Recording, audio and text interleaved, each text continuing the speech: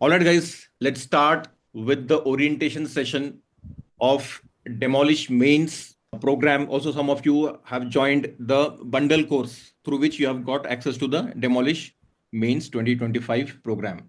I can see some students who were part of Demolish Prelims already. Himanshu was part, Jamir, Ninchi Jamiz was part of it. Utkarsh, you are also part of Demolish Prelims? Yes, sir. Then we have Lakshya. Again, he was part of Demolish Prelims. अभिषेक, आप भी part थे क्या demolish prelims के? No, sir, I wasn't the part of demolished films. अच्छा, Abhishek was not part of demolish prelims. ठीक है, और भी कुछ बच्चे हैं जो प्रोबेबली यहाँ पर नहीं है, जो नए हैं डेमोलिश प्रीलिम्स के, वो पार्ट नहीं थे. First and foremost, let's understand how are upcoming 2.5 months will look like.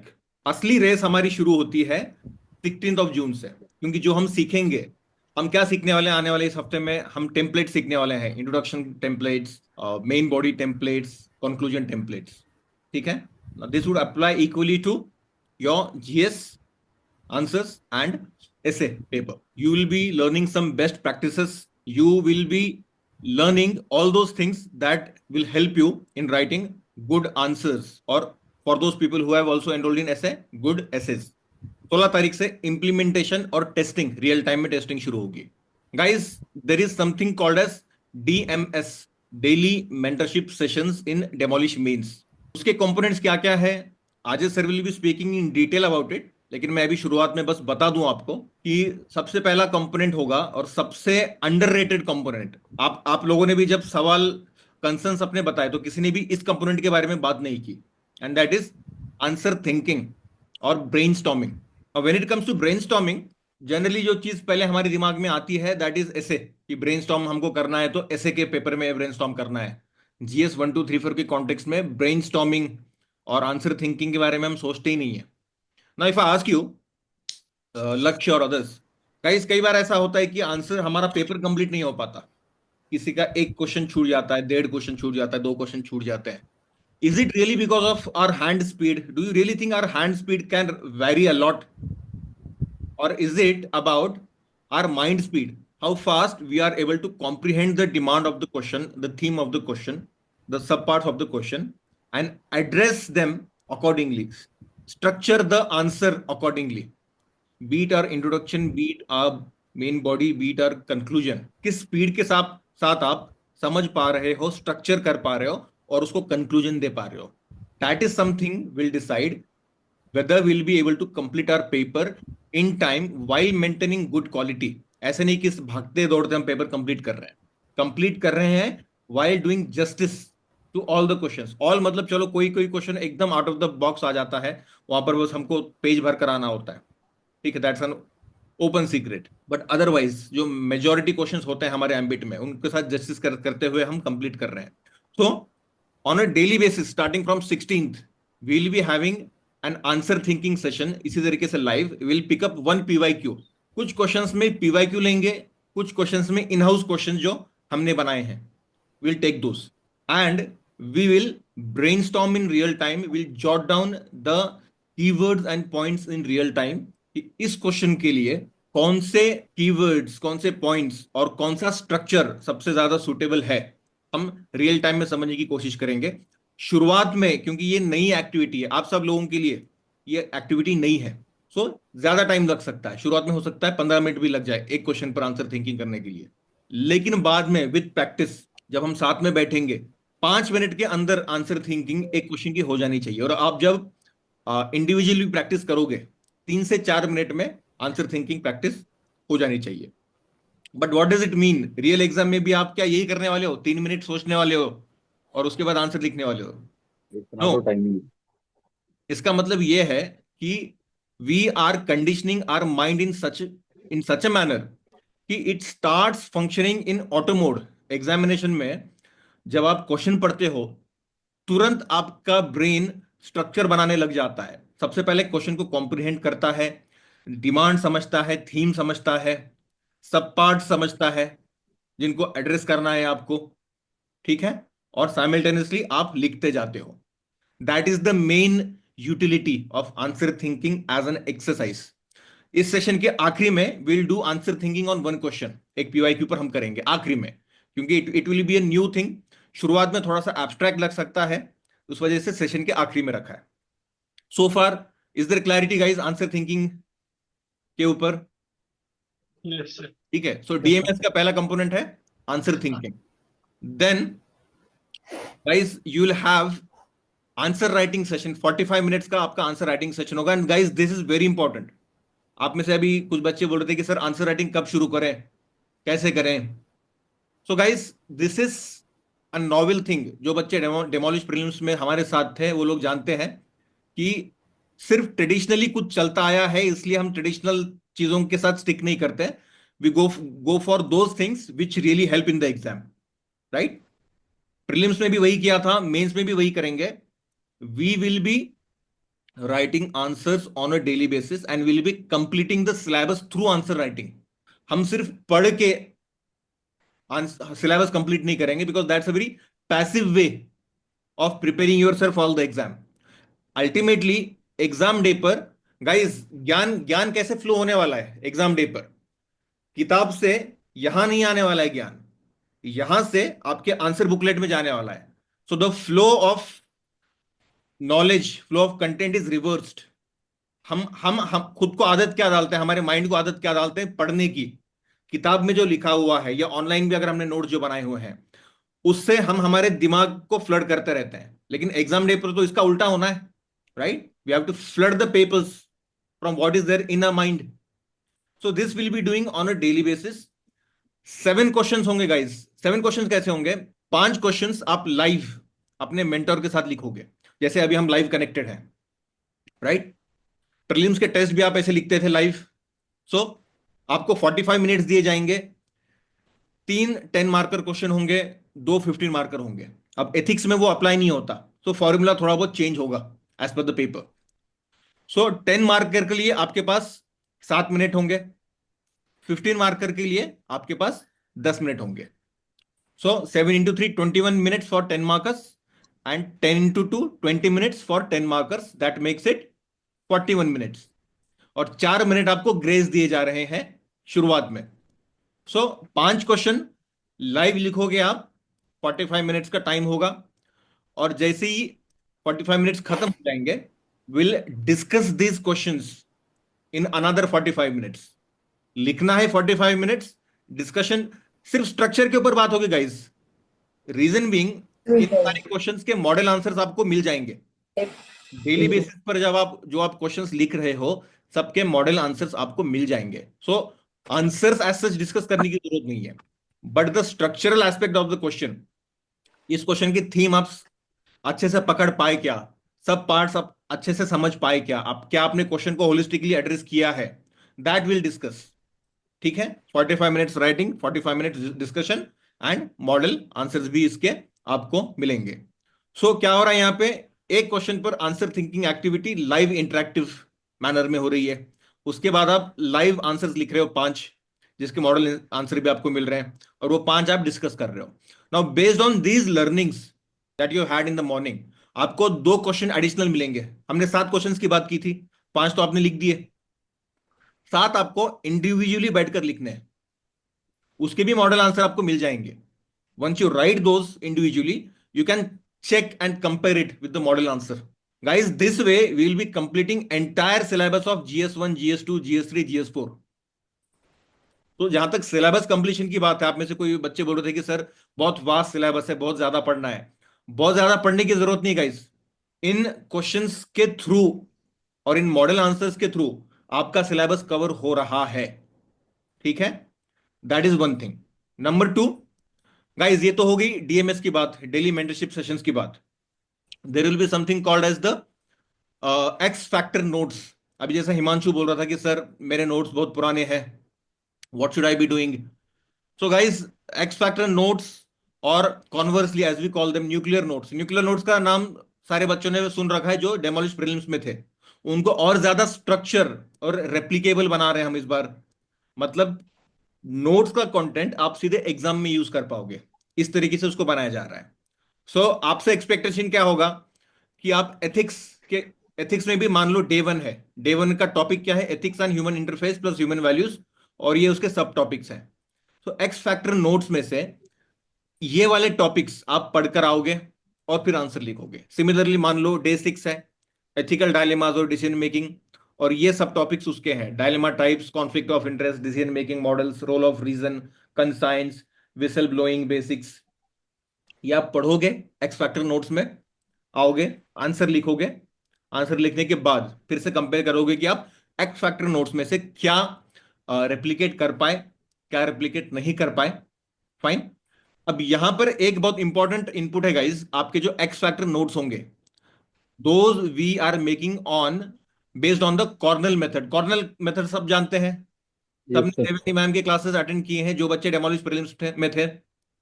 सो बिल्कुल उसी मेथड पर आपके नोट्स बन रहे हैं, एक्स फैक्टर नोट्स, जहां पर राइट साइड वाला कॉलम, अजय सर इसमें आपको स्क्रीन शेयर करके बताएंगे भी, राइट साइड वाला कॉलम डिस्क्रिप्टिव होता है, डिस्क्रिप्शन आपको मिलेगा, this will B for your understanding.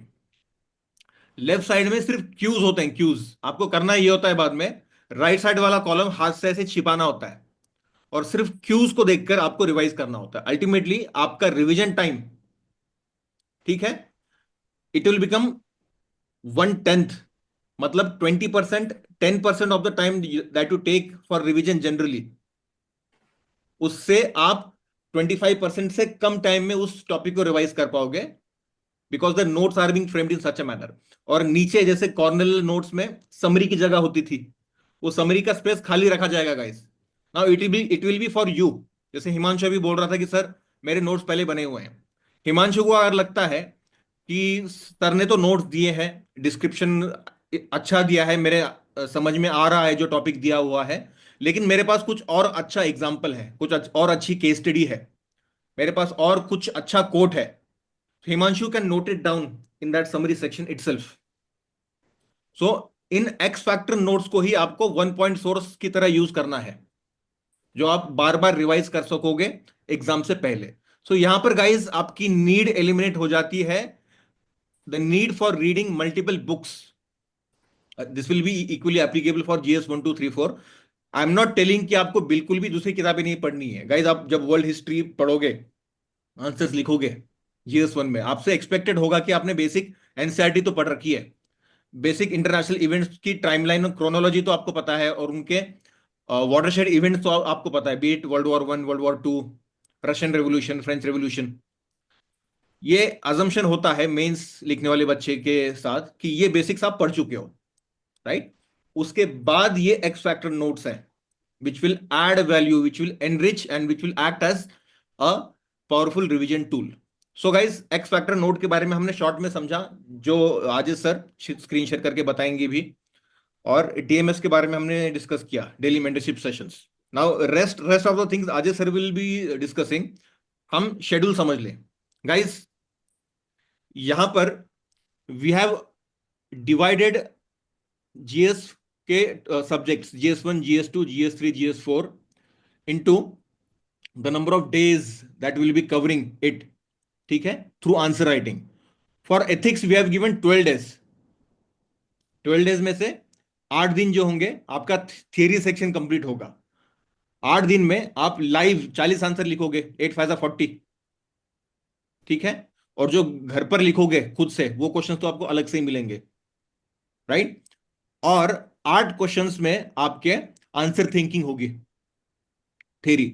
Similarly 4 दिन उसके बाद होगा आपका case study, again answer thinking होगी।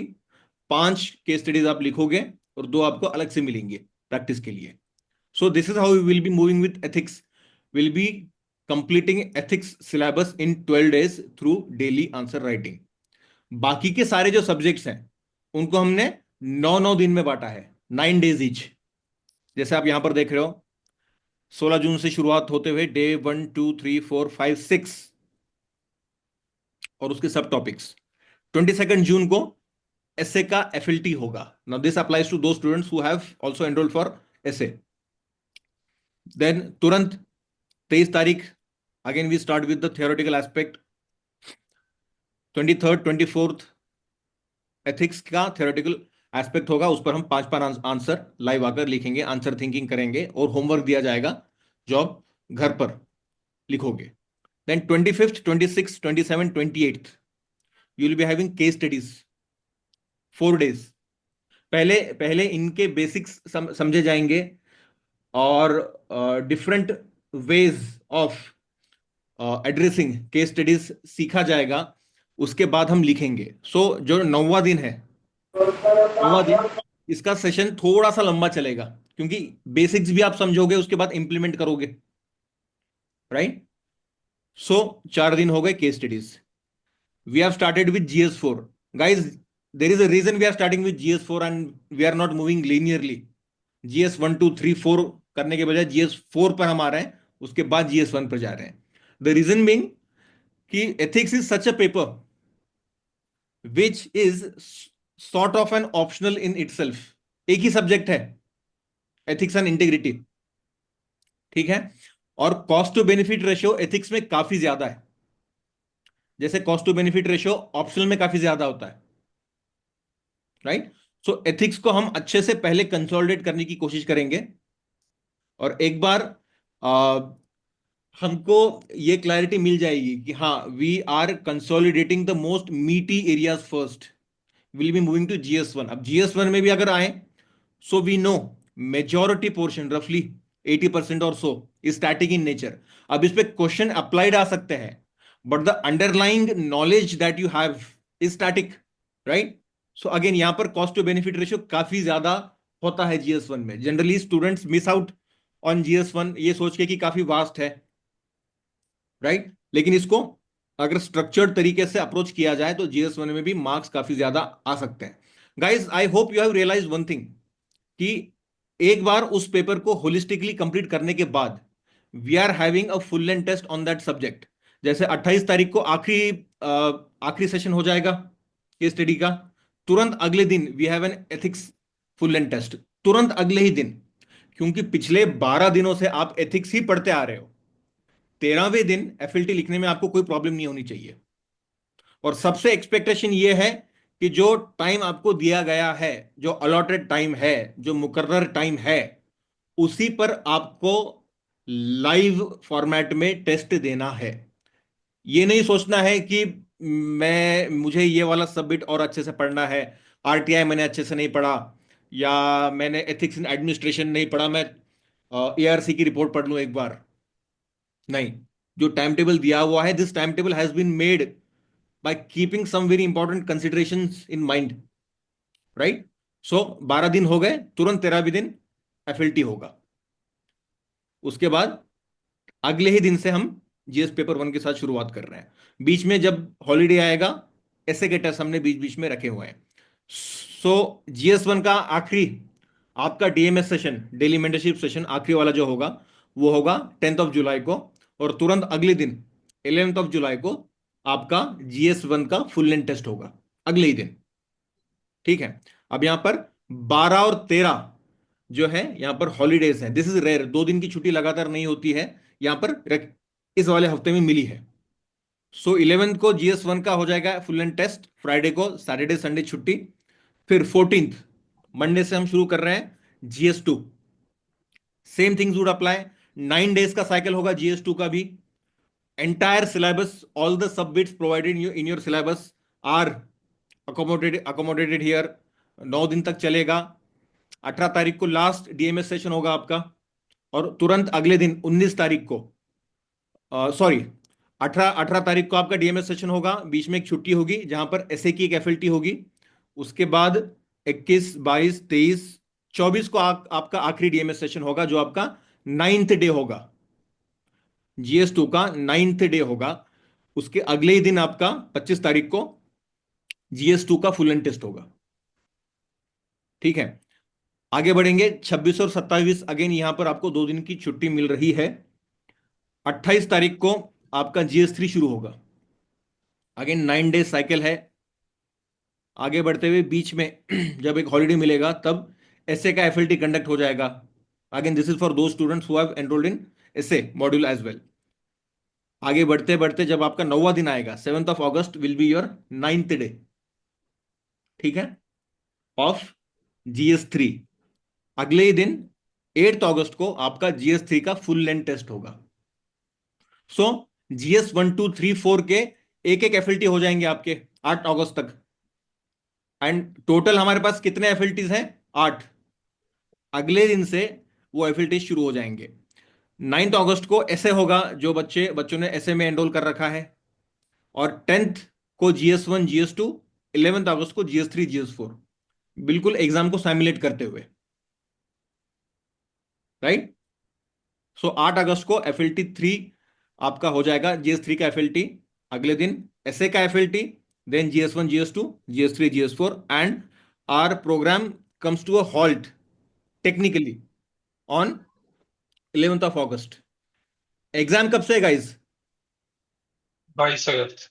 22 अगस्त से है, ठीक है। सो पेपर्स के साथ साथ डिस्कशन भी 11th, ज्यादा से ज्यादा 12 अगस्त तक खत्म हो जाएगा, फाइन। और इसके आंसर्स भी चेक होकर आपको हार्डली 3 से 4 दिन के अंदर मिल जाएंगे, not more than that. So that आखिरी में अगर आपको कुछ इनकॉर्पोरेट करना है, इम्प्रोवाइजेशंस आप कर सको। अब ये तो बात हो गई टेक्निकल इंक्लूजन्स की, जिसमें 8 FLTs है।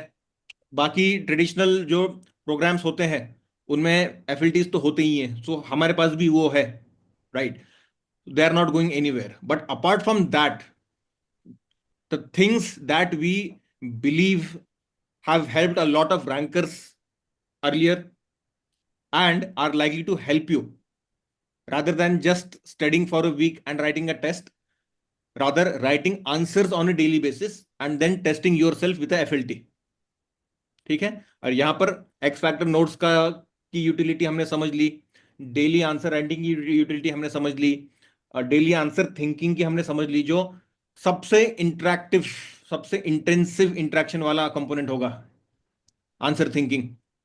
और model answers of your daily answer writing questions, plus 2 questions आपको होमवर्क दिए जाएंगे।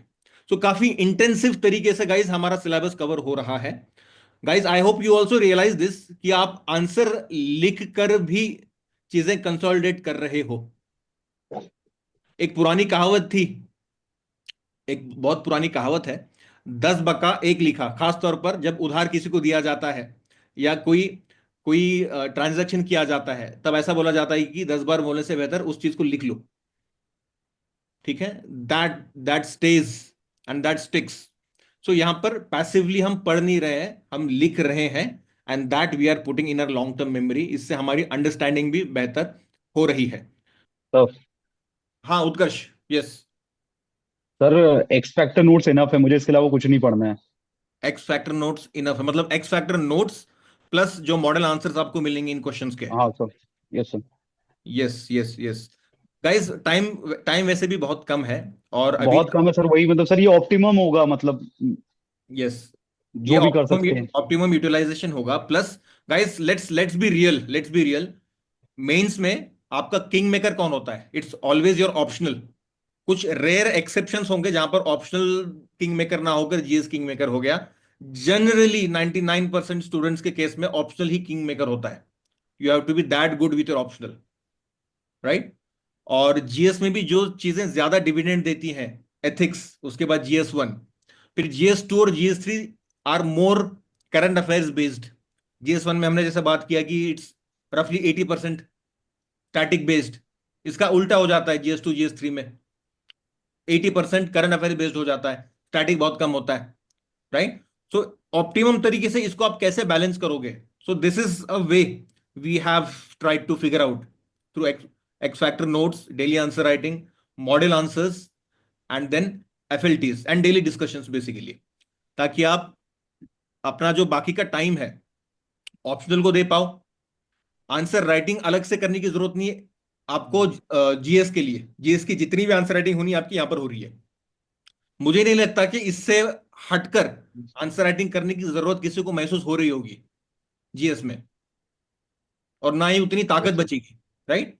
तो आपका जीएस जीएस के लिए आपको जो भी करना है आप यहां यहीं पर करोगे। ऑप्शनल को आपको ध्यान देना है, इंडिविजुअली आपको करना है। Probably you might be joining some test series, some crash course, I don't know, सबका ऑप्शनल अलग है यहाँ पे, ठीक है। अगर किसी का कोई डाउट यहां यहां पर नहीं है, Ajay sir, I would ask you to please share your screen and go ahead with the DMS X Factor and need based enrichment notes and templates, templates पर आप बात करने वाले हो guys. Ajay sir will also be talking on need based enrichment notes. Now this is something different. Now this is also one step beyond your X factor notes. जो बच्चे demolish prelims में रहे हैं हमारे साथ वो जानते हैं कि we don't interact in a transactional manner, कि आपको एक्स प्रॉमिस किया गया है तो सिर्फ एक्स दे दिया जाएगा और टाटा बाय बाय खुदाफिज कर दिया जाएगा. नहीं, हमारी तरफ से और कितना आसान किया जा सकता है आपका जर्नी, उतनी कोशिश हम करते हैं. सो आज will be using an example of a particular question of a particular quote, and he'll show you कि पर्टिकुलर एरियाज सिलेबस के ऐसे होंगे जीएस 1 2 3 4 में जहां पर आपको एडिशनल कुछ नोट्स देने की जरूरत पड़ जाएगी. ठीक है, जैसे भी अजय सर एग्जांपल देने वाले हैं जीएस 4 का.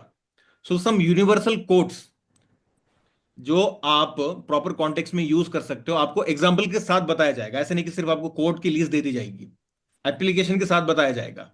जहां भी जरूरत होगी ये additional notes beyond X factor notes दिए जाएंगे. So Ajay sir, please share your screen. So I'll just go through some of the sample notes. Okay. जैसे अभी हमने बात की GS4 की बात कर रहे थे हम. तो GS4 since GS4 will be starting with GS4. So this is the form. This is the format basically. ठीक है. We'll be having what you call this is a sample note on the thinkers. Okay. Thinkers in paper 4. Okay. Thinkers in paper 4. So you have a Q column and a descriptive column. ठीक है.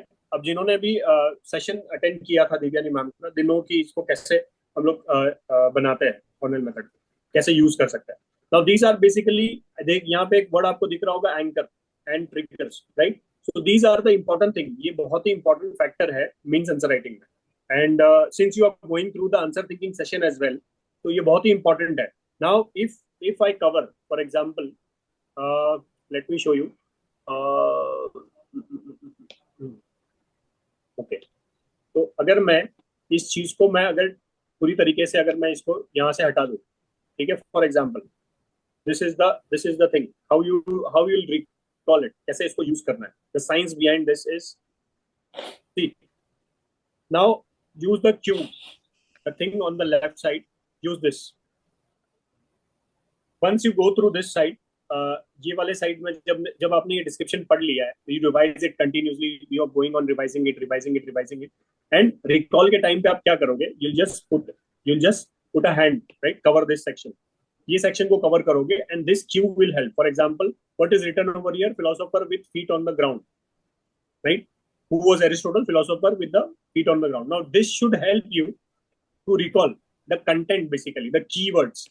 And you know that mains is all about keywords. Means पूरा keywords का खेल है. Whatever the demand of the question is, right, आप उसका keywords को use करके उसको address कर सकते हैं. And keywords help you reduce the size to 150, 250, ठीक है. और actually मैं in real sense, by the end of this whole process, you will end up writing 120 to 125 words and 220 to 225 words. Because मैं ऐसा समझता हूँ कि पूरा कैपेसिटी यूज करने की जरूरत नहीं, because we have to cover all the 20 answers, right.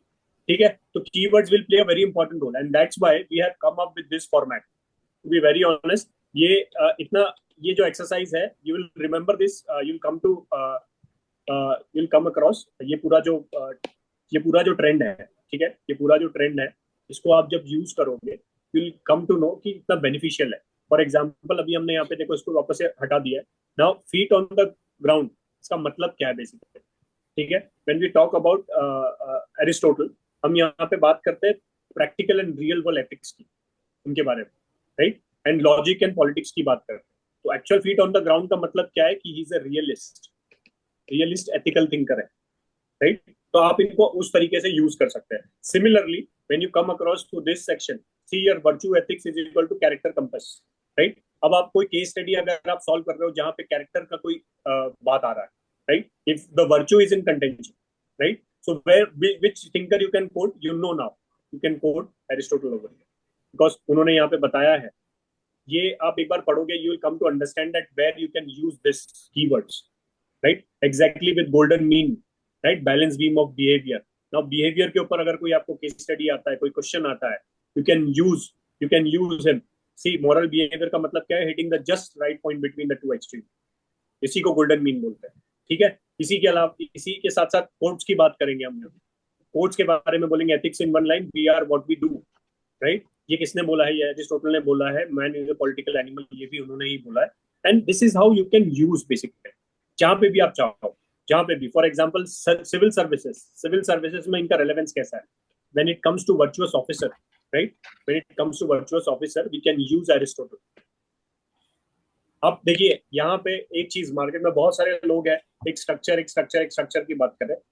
Structure से क्या हो जाता है? वी नो कि स्ट्रक्चर जब बन जाता है तो स्ट्रक्चर एक रिजिड हो जाता है, right. Now here your creativity also comes into play. How? Because virtuous officer की बात आई है, यहाँ पे आपके पास बहुत सारे एग्जांपल्स होंगे virtuous officer. Now if you have, everybody will be writing that example, but if you right the example with including Aristotle को यूज करके अगर आप उसका एग्जांपल लिखते हैं, एरिस्टोटल ने कैसे वर्च्यू एथिक्स को बताया था और कैसे वो रियलिस्ट एथिकल फिनोमिना की या फिलोसॉफी की बात करता है, this will give you an extra weightage. ये आपका वेटेज बढ़ाएगा। ये आपके मैक्सिमम आप बोल सकते हैं 0.5 या 1। It's very difficult basically. This is how you improve your marks, right. And coming back, modern use क्या है इसका, ये भी हमने इसमें दिखाया। तो these notes are made in such a way that the utility of the topic as per UPSC is also being used over here. इसका देखो, आपको यूटिलिटी यहाँ पे मैंने सारा बताया। मॉडर्न यूज में हम उसको कैसे कर सकते हैं, सिविल सर्विसेज में कोई इसका रेलेवेंस है क्या, अगर किसी थिंकर के साथ हमको कंपैरिजन करना है। And any type of questions can be asked और कैन बी यूज्ड, दोनों भी चीज है इसमें। एथिक्स और पॉलिटिक्स का जो बात आता है, यहाँ पे आप गांधी को यूज करते हो, तो गांधी के साथ साथ आप एरिस्टोटल ने क्या बात बोला था, गांधी ने क्या बात बोला था। फिर कोई PSR वाला ऑप्शन वाला होगा तो ही can also use Machiavelli, right. तो these are the different type of things basically which you can use. और ये एक ही नोट है। And remember, look at the size of the notes, look at the size of the notes, look at the words. It's very limited but the utility is more, और यही फायदा होता है।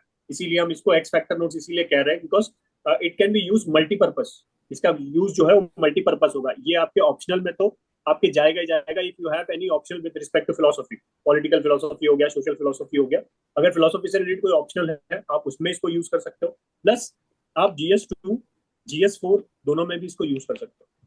डिपेंड करता है कि कंटेंट क्या है, कंटेंट को कैसे आप समझ रहे हो, उसका आप कैसे उसका लेंथ एंड ब्रेड्थ समझ पा रहे हो। ऑल्सो GS1 में भी काफी यूटिलिटी हो सकती है। Just to remind society, just to remind you, अगर आप लोगों में से किसी ने वो वाला वीडियो देखा है, दिव्यांग के साथ मेरा जो इंटरेक्शन हुआ है, उसमें दिव्यांग ने बोला है कि उसके 100 मार्क्स कैसे इंक्रीज हुए फ्रॉम 335 टू 435।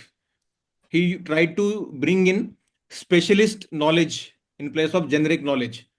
ऑप्शनल वाले कीवर्ड्स, जार्गन्स, स्कॉलर्स यूज करने की कोशिश की है, be it paper 1 society, geography and so on, and that has helped him increase marks. Paper 1 में 37 मार्क्स का बूस्ट मिला है दिव्यांग को। So this strategy has been helping.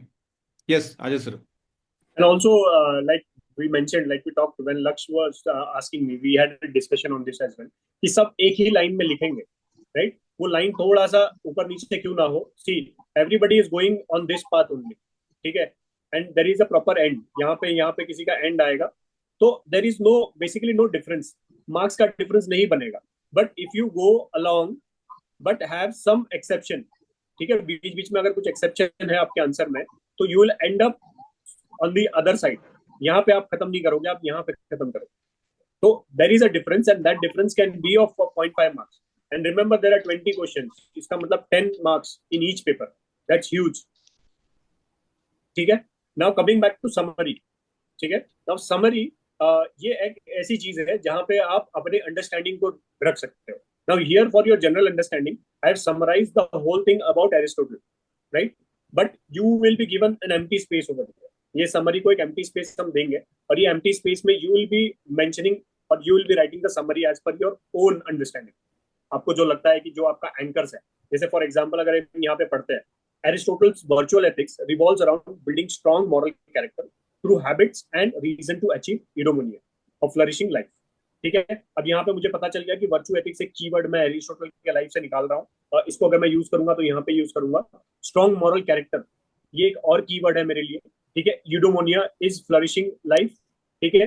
Practical ethics की बात कर रहे हैं हम यहाँ पे, golden mean offer timeless method of civil servants and leaders to make balanced and ethical decisions, bridging philosophy and real life governance। देखो ये सारे keywords है, this can be my intro, this can be my body और this can be my conclusion as well, ये keywords, right? तो जिस तरीके से मुझे पूरा ये एरिस्टोटल के बारे में ये पूरे नोट से मुझे जो भी समझ में आया है, मैंने उसको एक समरी में लिख लिया है। Now we'll give you this space empty, ठीक है, ये एम्प्टी स्पेस होगा और यहाँ पे आप अपनी अंडरस्टैंडिंग के हिसाब से इसमें चीजों को ऐड करेंगे, ठीक है। और जो भी आपका अंडरस्टैंडिंग समरी, कीवर्ड फॉर्मेट लिखना है गाइस, यहाँ पे आपकी अंडरस्टैंडिंग के लिए सेंटेंस बनाई गई है, लेकिन आपको कीवर्ड लिखने हैं। Yes, you have to write the keywords in linear format, ठीक है। नाउ आंसर राइटिंग में बहुत सारे मॉडल्स सब लोग बताते रहते हैं, सब लोग उसके बारे में बात करते रहते हैं, will be very crisp and very simple. So here there are multiple form of introductions, right, a general introduction जहाँ पे हम लोग एक ब्रॉड स्टेटमेंट देते हैं, एक बैकग्राउंड दे देते हैं किसी चीज का। For example if the question on NCM is asked, हम एक बैकग्राउंड दे देंगे उसका, ठीक है। There are definitional introduction as well, जिसमें हम definition देते हैं। For example, if any terms is been put in single और double inverted comma, हम उसको explain करके क्वेश्चन को एड्रेस करते हैं पहले और फिर शुरुआत करते हैं, राइट।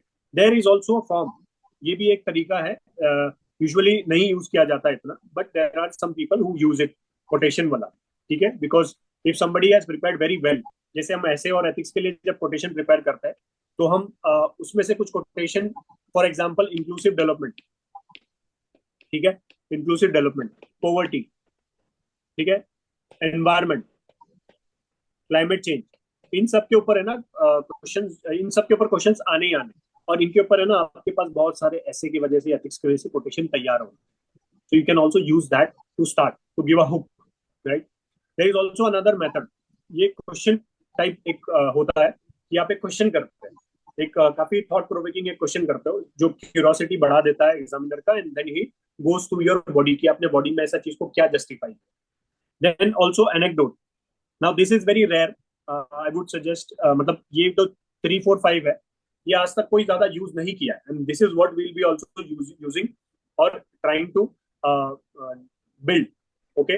आपको कुछ सैंपल्स मिलेंगे, जैसे 2-3 यहाँ पे क्वेश्चन के एड्रेस हम कर देते हैं फ्रॉम यू। जैसे हिमांशु ने एक पूछा था डेटा, ठीक है, तो डेटा के ऊपर एक शीट, जो भी फैक्चुअल शीट है वो एक शीट हम लोग बना सकते हैं, वो शीट आपको मिल जाएगी, ठीक है। Then apart from that I will make some 15 to 20 introductions, ठीक है, 15 to 20 इंट्रोडक्शंस। इसी के साथ आप इन्हीं को यूज करके अपने लिए और 15 to 20 बना दो, तो total you will have at least 30 to 40 introductions, ठीक है ना। हम हर एक मेथड से, हर एक टाइप से इंट्रोडक्शन बनाएंगे। Then you have statistical and factual introduction, जहाँ पे आप स्टैट्स का यूज करते हो, very good, very usable in GS3 specifically. Contrast भी दिखाते हो आप कभी कभी, एक पैराडॉक्स दे देते हो, सो दैट पहले जो एग्जामिनर है उसको थोड़ा सा एक सरप्राइज लगे कि ये क्या चीज है, and then it became more engaging, and also narrative, ठीक है। इन सबका एग्जाम्पल आपको क्लास में मिल भी जाएगा, and will also prepare some of the introduction in the class itself. Then coming to conclusion, ठीक है। conclusion भी बहुत सारे टाइप के conclusions होते हैं, just to give a few, for example एक summary होता है जो कि हम normally हर क्वेश्चन में लिखते हैं, पूरा एक recap देके, ठीक है। हम पूरा एक क्वेश्चन जो होता है उसका recap देके हम नीचे 2 लाइन में हम लोग अपना conclusion लिखते हैं। Then there are opinion based, ठीक है। ओपिनियन बेस्ड, जैसे ये तो हम कहते हैं वैसे भी रेयरली यूज करना चाहिए, इसको ज्यादा नहीं यूज करना चाहिए, because sometimes it happens that the examiners opinion और हिज आइडियोलॉजी और हिज थिंकिंग और his way of thinking is not matching yours. Opinion हम कभी कभी हम लोग अपना स्टांस देना अवॉइड भी करते हैं, but if there is some document, for example second ARC, अगर सेकेंड ARC की रिपोर्ट कह रही है या कोई कमिटी ने बोला है, आप उसको यूज करो। अपने भी अगर आपको सजेशंस देने हैं तो आप उसको यूज करो, this is a hack basically, ठीक है। एक जर्नलिस्टिक कमिटी अगर होगी या एक जर्नलिस्टिक रिपोर्ट होती है तो उसको आप यूज कर सकते हैं, ठीक है। आप कोई गवर्नमेंट के या फिर कोई इंटरनेशनल ऑर्गेनाइजेशन के इंडाइसिस को भी यूज कर सकते हो कि उन्होंने ऐसा बोला या उनकी रिपोर्ट ने ऐसा ऐसा बोला, उसको भी आप यूज कर सकते हो, ठीक है। Then there is a way forward looking, ठीक है। ये बेसिकली GS3 में ज्यादा यूज होता है, गवर्नेंस वाले एस्पेक्ट में, सोशल जस्टिस वाले एस्पेक्ट में भी ज्यादा यूज होता है।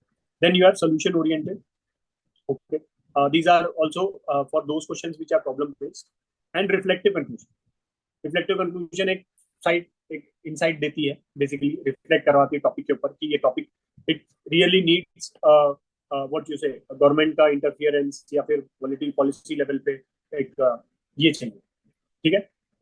Apart from this sir was also talking about one need based, ठीक है, नोट्स या नीड बेस्ड एनरिचमेंट।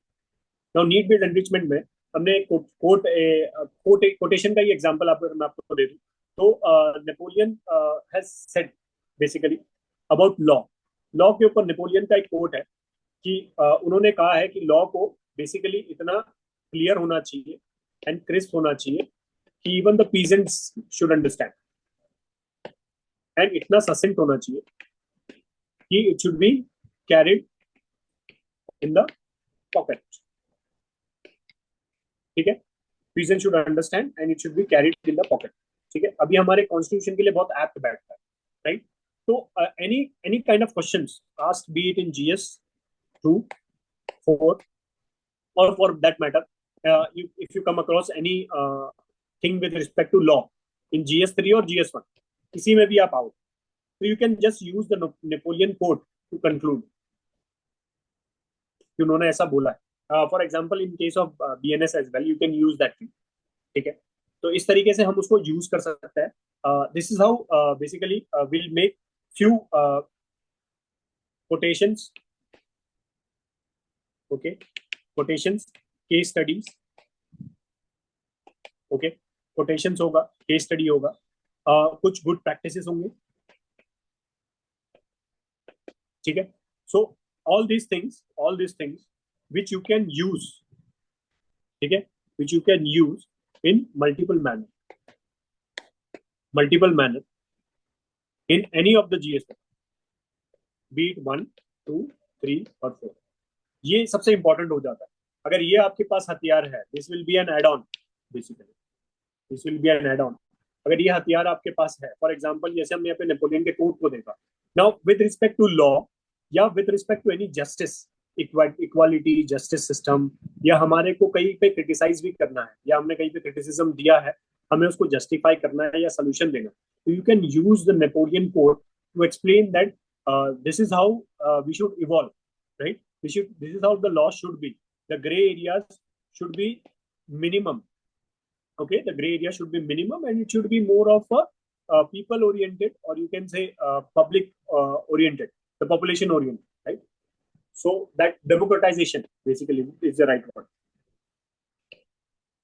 ठीक है, तो democratization of law या फिर justice, ऐसे अगर कहीं पे भी अगर आता है आपको सजेशन देना है, you can use this tool. So similarly, we can have case studies which can be used in multiple ways.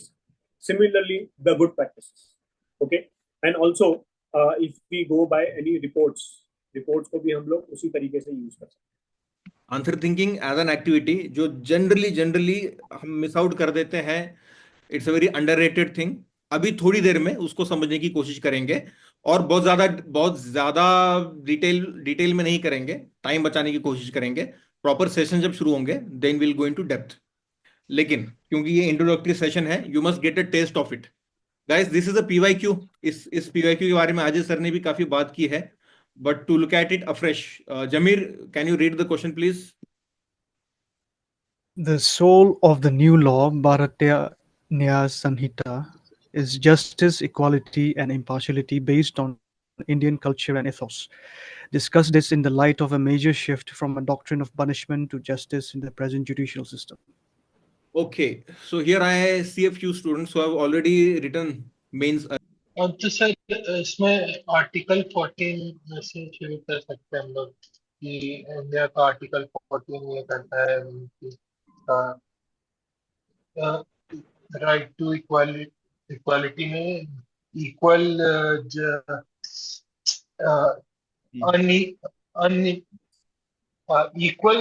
Unequal को इक्वल बनाने के लिए सर्कमस्टांसेस के हिसाब से राइट टू इक्वालिटी काम करता है। सबसे पहले आप बोल रहे हो सर आर्टिकल 14 के साथ शुरुआत कर सकते हैं because there is this term equality.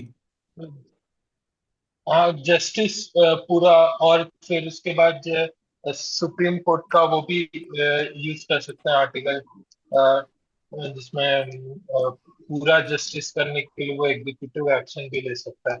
तो फिर अच्छा, उसके आर्टिकल बाद बोल सकते हैं 142, कि आर्टिकल 142 की आप बात कर रहे हो? हाँ यस सर, 142 और 14 यूज कर सकते हैं, और 14 equality before law and equal, हाँ वही बोलना चाह रहा नहीं, है सर, ना इक्वल ना, प्रोटेक्शन फ्रॉम लॉ। एक कदम पीछे आ जाते हैं, एक कदम पीछे आते हैं। हिमांशु, आपने क्या एग्जांपल दिया? आर्टिकल 14 के यूजेज के बारे में आपने कहा, article 142। Equal protection from law को ज्यादा प्रेफरेंस हम लोग दे रहे हैं, हम लोग इक्वालिटी से इक्विटी की तरफ बढ़ रहे हैं, तो उसी तरह हम लोग पनिशमेंट से जस्टिस की तरफ बढ़ रहे हैं। ठीक है, ठीक है गाइस, सबसे पहले अब जो हिमांशु ने दो चीजें बताई हैं, आर्टिकल 14 और article 142, executive order from judiciary, this expression he has used, ठीक है। तो अब समझते हैं यहां पर गड़बड़ क्यों होती है हम लोगों से। सबसे पहले guys tell me, what is the theme of this question? So it talks about values of justice, impartiality, and equality. अच्छा, बट मैं आपसे थीम पूछ रहा हूं। टीम भारतीय न्याय हाँ सर, सचिन लिखा है, ये भारतीय न्याय संहिता एंड कौन से पेपर का प्रोविजन। क्वेश्चन है ये? इतना ही बता दो। तो GS4 का है ये। GS टू ना, GS2 2 का है सर, GS2। वैसे ये GS4 में आया है 2024 में, ठीक है। अच्छा अगर मैं आपसे थीम पूछ रहा हूं, आपने आर्टिकल 14 बता दिया, किसी ने बताया कि सर यहां पर जस्टिस की बात हो रही है, इक्वालिटी की बात हो रही है। Guys, will it be right if I say the question is centered around a central theme, and that central theme here is, पर यहां पर लेजिस्लेटिव रिफॉर्म्स की बात हो रही है क्या? Yes, हाँ sir. सर, हो रही। जब सवाल बोल रहा है कि the soul of the new law, कौन सा लॉ है ये? BNS, Bharatiya Nyaya Sanhita, which use to be penal code, IPC, Indian penal code, is justice, equality, and impartiality based on Indian culture and ethos. Discuss this in the light of a major shift. Major shift हो रही है guys, from a doctrine of punishment to justice in the present judicial system. ठीक है, तो यहां पर legislative के साथ साथ जुडिशियल रिफॉर्म भी उसका कंपोनेंट बन जाता है, ठीक है। Although BNS is not so much about judicial reforms, ठीक है, then it is about legislative reforms. अब सेंस बन रहा है गाइस, सेंट्रल थीम क्या है इस क्वेश्चन की? It is not article 14, it's not equality before law, it's not the supreme courts jurisdiction over executive, neither it is justice. अब यहां पर अगर हम बात करें, यहां पर इस क्वेश्चन की डिमांड क्या है guys? What is the question expecting from us? हम लोग ये बताएं कि भारतीय न्याय संहिता कैसे मतलब पनिशमेंट टू जस्टिस गया, और उसका कुछ कैरेक्टरिस्टिक्स बताएं भारतीय न्याय संहिता में, ठीक है, features basically, provisions. Features, provision sir, provisions. Provisions, ठीक है। लक्ष्य?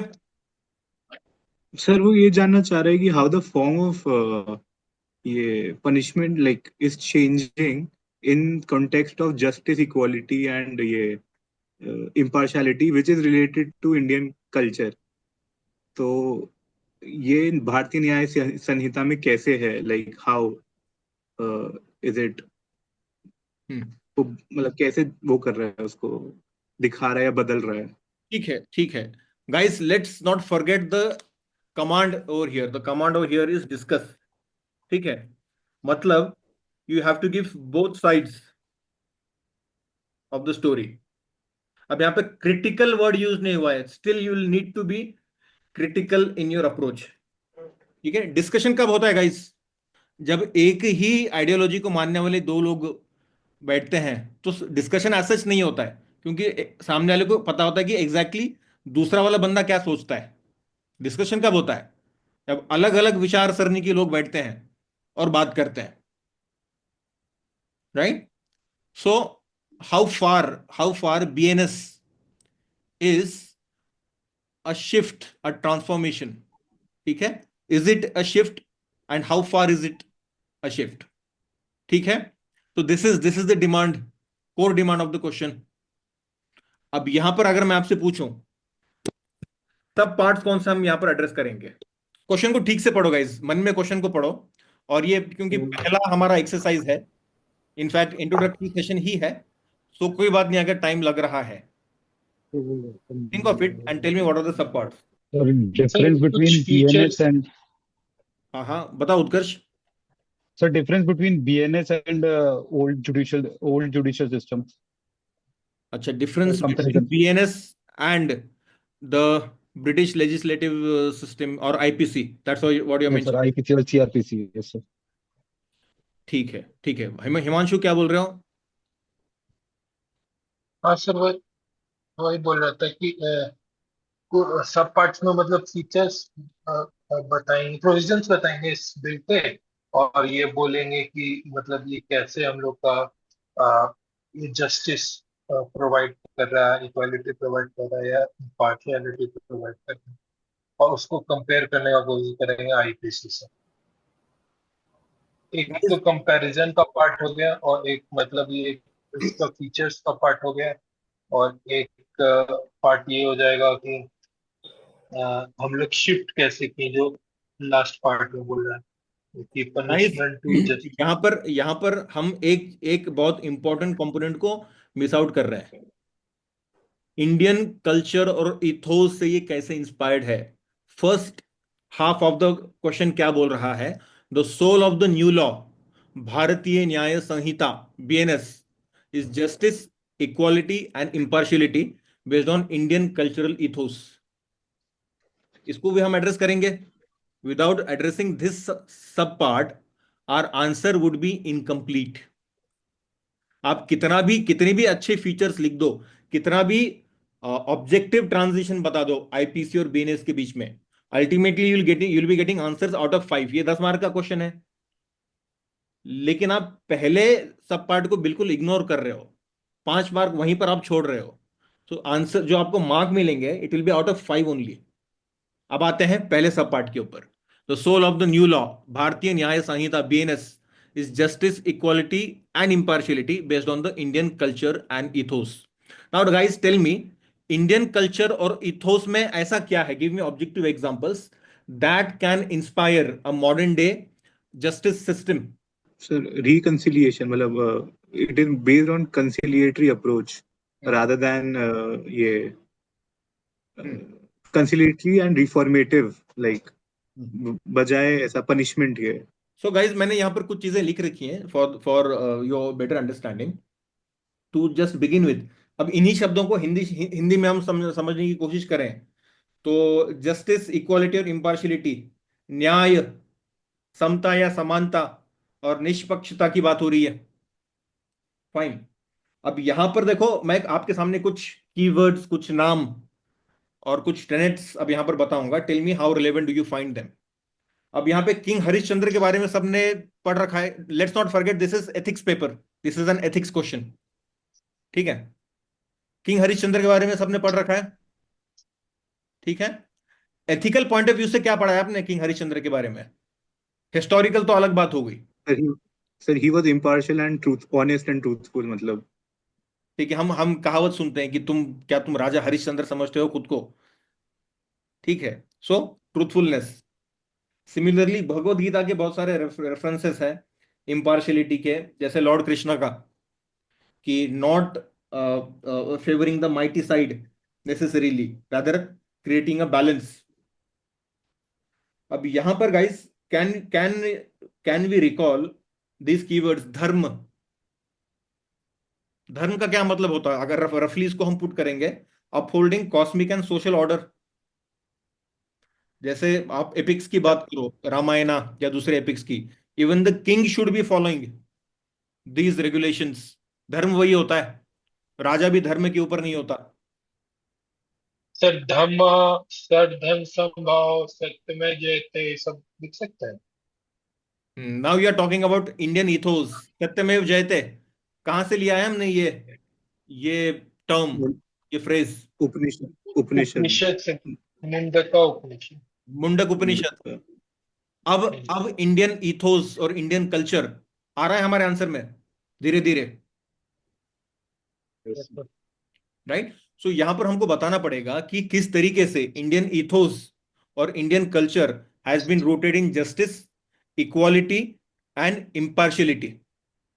अब यहाँ सर पे स्यादवाद ये सब देख सकते हैं कि मैनी साइडेडनेस, कोई भी देखो, बात का अब क्योंकि बहुत अब सारा क्योंकि पॉइंट। आपका आपका दिमाग जो है सो उस हायर ट्रैजेक्टरी पर चला गया है, तब एग्जांपल्स आपको आ रहे हैं बहुत सारे। यहाँ पर आप डेफिनेटली वो एग्जांपल यूज कर सकते हो। आप गौतम बुद्धा का या बुद्धिज्म का संघा सिस्टम यूज कर सकते हो, जहां पर there was no distinction between men and women. ठीक है, even slaves could join it, equality की बात हो रही है, राइट? कैन वी यूज अर्थशास्त्र, कौटिल्य Yes, sir. अर्थशास्त्र? ठीक है। And why stick only to ancient India, medieval India? Can we use Ain-i Akbari? What was Ain-i Akbari? It was an administrative treaties.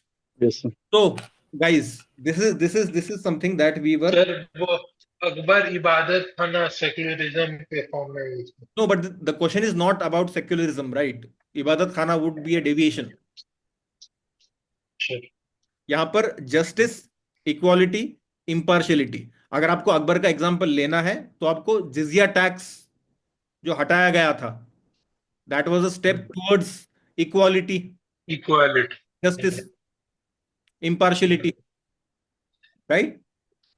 So first sub part जो है कि how exactly, let me just right it down, how exactly is BNS rooted in Indian ethos and culture. This point you'll have to address. Fine? और एक example भी आप दे दो justice, equality और impartiality का शुरुआत में, that would be more than sufficient. अभी आपने देखा कि most of us were missing out on the first sub part, हम बिल्कुल इग्नोर ही कर रहे थे उसको, right? So there will be only few people who will be addressing the question in its entirety.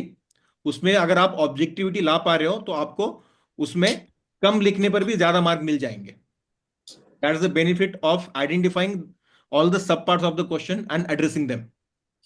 ठीक है, अब ये पहला पार्ट तो समझ में आ गया। अब मैं बहुत ज्यादा डिटेल में नहीं जाऊंगा, मैं लिखूंगा नहीं सारे कीवर्ड्स यहाँ पे, मैंने वर्बली बोल दिया। जैसे बुद्धिज्म का हमने रेफरेंस लिया, जैनिज्म का हम ले सकते हैं, ठीक है, वेदास का ले सकते हैं, यहाँ पर हिमांशु ने बताया सत्यमेव जयते, सो ऑन एंड सो फोर्थ। ठीक है, अब अगले सब पार्ट की तरफ जाते हैं। Discuss this in the light of major shift from a doctrine of punishment to justice in present judicial system. Guys, how do you portray this shift? Shift अगर हो रहा है, then we are moving from point A to point B. What was that point A? Sir it was a police state, मतलब जो British state था वो police state था और उसमें फियर से रूल किया जाता था। सर आर्बिट्रेरी काउंसिल्स बनते हैं ना सर, ग्राम न्यायालय, ग्राम पंचायत, तो वहां पे वो मीडिएशन करके भी हम लोग सॉल्व कर रहे हैं। नहीं नहीं नहीं, तो देखो, पहले मेजर शिफ्ट अभी जैसे ये लक्ष्य ने बताया, फियर से रूल होता था, राइट? अब यहां पर एंशियंट की बात नहीं हो रही है, यहां पर ब्रिटिश राज की ही बात हो रही है। चेंज क्या हुआ है? आईपीसी चेंज हुई है, राइट? सो मेजर शिफ्ट कहां से हुआ है? पॉइंट ए क्या है यहां पर? Point A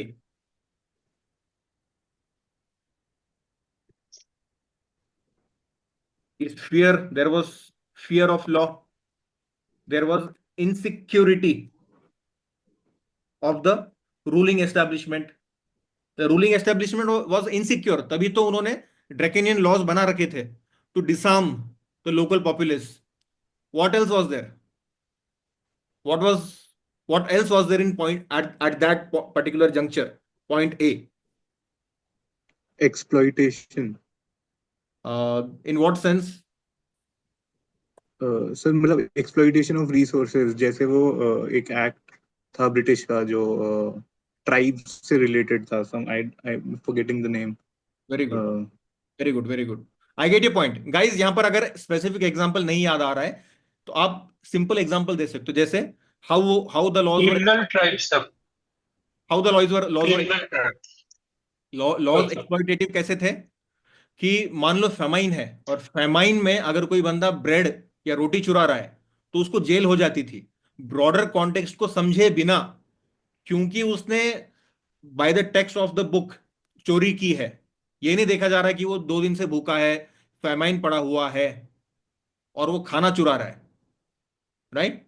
so that's one way of how the legal system use to be exploitative. Number 1। Number 2, tax आपको भरना है, ठीक है? एग्जाम्पल आप ले लो, ryotwari system that led to indebtedness and ultimately to the Deccan riots 1875.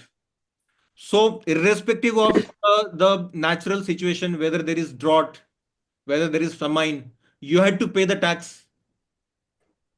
right? Again, that's how it was exploitative.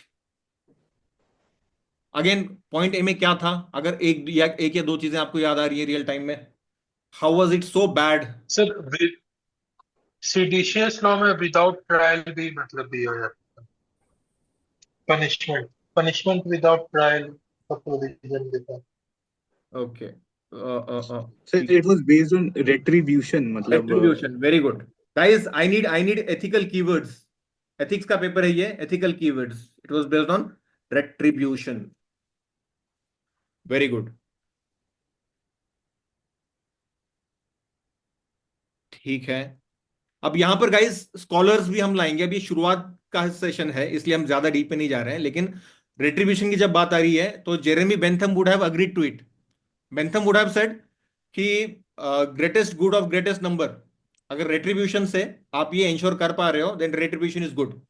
On the other hand Mahatma Gandhi would have argued कि justice और justice system should not be based on vengeance और retribution, it should be based on what?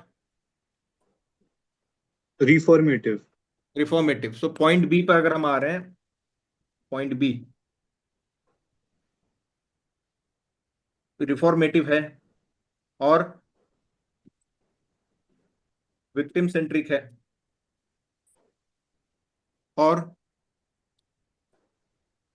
How is it a major shift incorporates modern. Guys कोई modern values याद आ रहे हैं आपको जो बीएनएस में है, जो आईपीसी में जो विक्टोरियन मॉरालिटी हमको दिखती है, उससे कुछ शिफ्ट हुआ है यहाँ पे? Gender neutrality. ठीक है, सर गुड। फियर से रिस्पेक्ट में कन्वर्ट हो गया respect towards what? Law. Respect toward, पहले लॉ का फियर था, लॉ का रिस्पेक्ट। सर अच्छा ठीक है। A better word to use over here would be willingness. ठीक है, you are more willing to obey the law, right? Fine. So guys, point A, point B में हम और कुछ कीवर्ड यहाँ पर ऐड कर सकते हैं, स्कॉलर्स का रेफरेंस दे सकते हैं, so on and so forth. अब यहाँ पर सेकंड वाला हम सब पॉइंट एड्रेस कर रहे हैं, discuss this in the light of the major shift from a doctrine of punishment to justice. Now guys, let's not forget we have this command discuss. Is it the case कि IPC के जो खामियां थे सारे के सारे BNS में से हटा दिए गए हैं? What are those No, sir. practices which were considered not so good are still part of BNS? UAPA UAPA is a different law altogether. Right. It was the penal code that was changed, right? Sir, वो punitive ये preventive acts जो है, preventive custody जो है, वो अभी भी I think it remains in this. What else? Increase in the number of days of police remand. Sir, can we say capital punishment भी है, क्योंकि capital punishment कई जगह बुरा माना जाता है, like. Very good. Capital punishment. In most of the civilized world, capital punishment has been removed. ठीक है, but we keep it as a form of deterrence. Capital punishment है और इसमें आप कई सारी चीजें ऐड कर सकते हो। मतलब ऐसा नहीं कि everything has changed and it is a panacea for all evils. So here discuss वाला जो इंपॉर्टेंट कीवर्ड है, कमांड है, उसको हम यहां पर एड्रेस कर रहे हैं. अगर ये वाला हम नहीं लिखेंगे portion, then we are not really discussing. Sedition भी है क्या? यस, एग्जाम्पल्स तो बहुत सारे ऐड हो सकते हैं. फाइन. कंक्लूजन क्या दोगे गाइस? अभी तो थोड़ा सा रॉ फॉर्मेट में चल रहे हैं, क्योंकि अभी आपको ना ही इंट्रोडक्शन के टेम्पलेट्स हमने डिस्कस किए हैं, ना ही कंक्लूजन के टेम्पलेट्स हमने डिस्कस किए हैं, ना ही मेन बॉडी के टेम्पलेट डिस्कस किए हैं. इसलिए थोड़ा रॉ चल रहा है. स्टिल तो इसका कंक्लूजन क्या दोगे? Constitution is a living entity, changes with time, और उसी के रिस्पेक्ट में हम लोग अभी के हिसाब से चेंज लाए हैं और फ्यूचर में और चेंजेस लाना है। ठीक है, आप कॉन्स्टिट्यूशनल एंगल लाना चाह रहे हो, but let's try to move beyond the general ways of putting our conclusions and introductions. ठीक है, आपने जैसे शुरुआत में बोला कि सर आर्टिकल 14 के साथ शुरुआत करते हैं, एंड आप बोल रहे हो कॉन्स्टिट्यूशन के साथ खत्म करते हैं. थोड़ा सा आगे बढ़ते हैं, इसके थोड़ा सा आगे बढ़ते हैं. Guys, if I ask you, अभी आजय सर नेपोलियन बोनापार्ट के कोट की बात कर रहे थे. The law should be so simple that it can be understood by peasant, and it should be so succinct that it can be carried in the pocket. तो आज भी BNS is a very verbose, lengthy. exhaustive text full of difficult legal verbiage, which is still out of the reach of common man, right? So reform हुए हैं, but these reforms need to be carried forward. I hope you get how we are trying to make a repository of universal quotes, scholars, जिनको आप अलग अलग context में use कर पाओ. मतलब लॉ के ऊपर अगर क्वेश्चन आया है, तो you should be in a position to use Napoleon Bonaparte's quote. Yes sir, law देख के स्टार्टिंग में यही सोच रहे थे, कंक्लूजन में डाल देंगे, फोर्स अभी बोल फोर्स तो नहीं लग रहा है ना, ऑर्गेनिकली लग रहा है गाइस. यस हिमांशु, सर, लक्ष्य, yes sir, Yes. Yes sir. Right? So guys, this is in short how answer thinking exercise will look like. Again, ये थोड़ा रॉ था. अब जब आप क्लासेस अटेंड करोगे, जहां आप टेम्पलेट्स समझोगे, इंट्रो के, कंक्लूजन के, मेन बॉडी के, तब आप और स्ट्रक्चर्ड तरीके से आंसर थिंकिंग कर पाओगे. But still if I ask you, I believe for most of you guys, if not all, for most of you guys, answer thinking as an activity towards answer writing is something new. तो क्या input दोगे इसके ऊपर हिमांशु? तो बहुत अच्छा है, कोई दिक्कत नहीं। बहुत अच्छा है. बहुत अच्छा। मतलब जैसे ये क्वेश्चन मैंने पढ़ा ना, तो मुझे सबसे पहले ये डर लगा कि भारतीय न्याय संहिता के बारे में बहुत चीज हम जानते नहीं हैं। तो इसके में वो 150 या 200 वर्ड्स कहाँ से लिखते हैं, मगर अगर अलग अलग पार्ट्स में तोड़ के देखें तो इतना में तो आराम से हो जाएगा। ओके, लक्ष्य, आप बताओ. You can give very candid inputs. आपको कोई चीज नहीं समझ में आई है या पसंद नहीं आई, आप वो भी बोल सकते हो. सर मेरे को दो एस्पेक्ट बहुत अच्छे लगे. पहली बात तो सर, जैसे क्वेश्चन हम पढ़ रहे हैं तो क्या हम सही समझ रहे हैं क्वेश्चन की डिमांड. तो क्योंकि इस केस में तो जैसे मैं तो थोड़ा अलग समझ रहा था, बट अब समझ आ रहा है कि इसको ऐसे सोचना है कि क्वेश्चन पूछ क्या रहा है, चाहता क्या है. सो ये अगर तो this is I think it will be beneficial, because exam time में वो प्रेशर में क्या क्वेश्चन पढ़ के आप सही समझ पा रहे हो कि वो पूछ क्या रहा है. ऐसा नहीं है कि तुम्हें आता था, तुमने लिखना शुरू कर दिया और वो फिर गलत हो गया बाद में, तो उसका कोई पॉइंट नहीं रहेगा. सेकेंडली सर, जैसे पता चलता है कि आप एक एक तरीके से सोच रहे हो, बट अगर हिमांशु कह रहा है या कोई उत्कर्ष कह रहा है या कोई भी कह रहा है, तो आप सोचते हो कि there are so many ways to think about it. तो उससे एक आपका दिमाग खुलता है काइंड ऑफ कि और तरीका और डायमेंशनैलिटी क्या क्या हो सकती है इस क्वेश्चन में. तो ये एग्जाम टाइम में सर आंसर राइटिंग में हेल्प करता है, क्योंकि फिर याद रहता है कि हाँ ये भी सोचा जा सकता है, like that.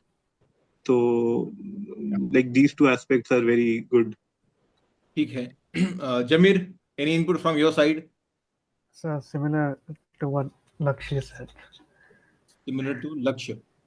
Okay, so guys, I hope थोड़ा सा पढ़ाई के साथ साथ मजा आया है. आखिरी के 5 मिनट जब हमने आंसर थिंकिंग वाली एक्टिविटी की है, because it's opening our horizons of a mind, ठीक है। और थोड़ा सा हम्बलिंग एक्सपीरियंस भी होता है, हमको लगता है कि हमने बहुत पढ़ रखा है, हमको बहुत आता है, लेकिन जब पता चलता है कि कहीं ना कहीं हम क्वेश्चन की डिमांड मीट नहीं कर रहे होते हैं, और बाकी के बच्चों के पास कभी कभी हमसे अच्छे पॉइंट्स होते हैं, इनपुट्स होते हैं, तब एक दूसरे से हम सीखते भी हैं और ग्राउंडेड भी रहते हैं, राइट।